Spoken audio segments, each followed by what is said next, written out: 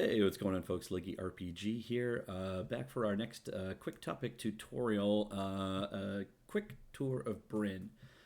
Give you some orientation. We're not going to go into any serious detail, but if you have any questions, drop some stuff in either the comments or DM me on Twitch. Hit me up on the Discord, anything like that. You'll see the links for that off of both Twitch and YouTube. So, first time coming to Bryn, you might be a little bit disoriented because it's a pretty good sized city. So let's take a look at what are basically the four main districts of it, as well as Bryn outskirts. So you've got the outskirts here. Moving down, you get Mint Square that has a number of businesses. You've got the Guild Quarter, where you've got the main kind of manufacturing guilds, blacksmith, carpenters, and leatherworkers. You've got the docks, and then you've got old towers. So between these five areas, and then this is usually where I park my caravan right here. Let's take a quick look at each of them and just an overview of what's in there. So first off, you've got the Bryn outskirts. Now, for the most part, this is all that really matters.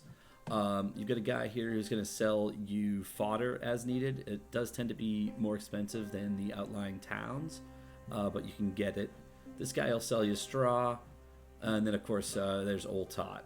I would also recommend not stashing and moving around stolen goods here, because there's a ridiculous story behind that. I'm happy to share at some point. Moving down into the first district that you hit here, we're now in Mint Square. So Mint Square is kind of your main kind of commerce area. So kind of moving our way through, and this is also going to be my sort of progression of how I go through and do my kind of circuit to sell things. First, I'll go here. If you go into here, there's a fella who will buy and sell books. This guy will give you the best price on books as far as selling them to him than anywhere else in the setting. So just make sure you've read them first for the XP. You get your veggie vendor here. You've got the House of Azure Thread, I believe. So that's elves from Jacinth, and you can get certain luxuries as well as some weapons and stuff, all of kind of elven background. Moving south here, you have the main church, and cool little perk in here. You've got a covered well, but if you go in and you talk to the Hierophant, he can give you a blessing, and it's actually twice as powerful as most of the other ones from a standpoint of longevity. So it'll last 2,880 turns instead of the 1,440. So if you're looking to go out adventuring, you can pop this nearby and then go wandering out into the hinterlands. Here's the market square, and you're going to have your general merchant here. You've got a person with herbal remedies and medicine. You got your cheese and milk, your meat, and your fruit. Directly to the west of it, you've got the Golden Grain Inn, and that's going to be your place for if you want to go super bougie and stay there. You're going to spend 100 gold a night, but you're also going to get free breakfast, which is cool, and you just feel like a rock star. Now, this is also the place that's typically going to give you the best price on wine in the city. For me, it's typically a toss-up between here and some of the foreign dock merchants, which we'll show in a bit. But usually this is top. Moving south, you've got the bank here. So if you go in this door, you'll be able to either rent a vault and stuff later on when you actually have the money to want to do that. But more than anything, this is the one and only place you take ancient coins. Everywhere else will take them, but they're not going to give you a fair exchange. Here you're going to get 4 gold coins of common mintage for every 1 ancient coin. So this is the place to go for that. On the east side of the town, you're pretty much you don't have too much here that you can interact with.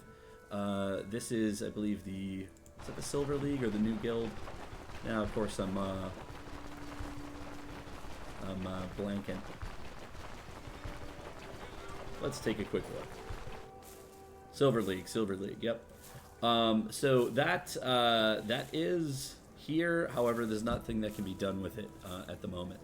And then on the west side of town, which I have uncovered, is another exit out of town, but also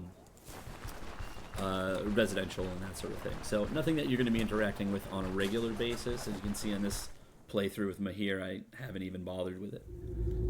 Next, we're moving down to the Guild Quarter, and here is where you're going to run into the Leatherworkers Guild, the Jeweler. This guy is going to give you the best price, pretty much hands down, on gold, silver, and gems. If he'll buy it, I'll always sell it to him.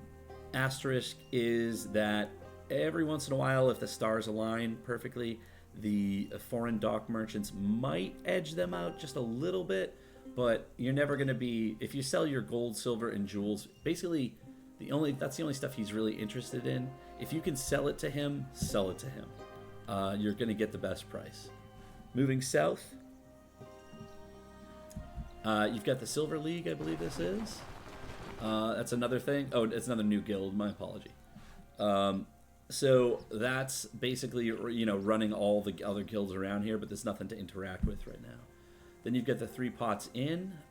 Typically, they're going to give you probably one of the best prices on barrels of beer. You then have the Blacksmiths, and then the Woodworkers Guild. Moving over here, you to the east side of it, that's really pretty much it. There's just some residences and so forth. Next, we're going to go down and around to the Docks District. And so I work my way through here selling things, and then get to the Docks District over here, and over here is where you're going to sell a lot of goods. There's a rotation here of foreign merchants, and it goes like this: Elf, then Dwarf, then Scadian, and Nistrian, and then back to Elf again. So this will cycle through daily. At 10 a.m. they'll switch, so if you notice that it didn't switch, you might need to zone out and then zone back in, and then you'll be able to sell goods to them. And you're going to see that they typically are going to give you pretty good prices on things. Right now we've got 5% trade favorability.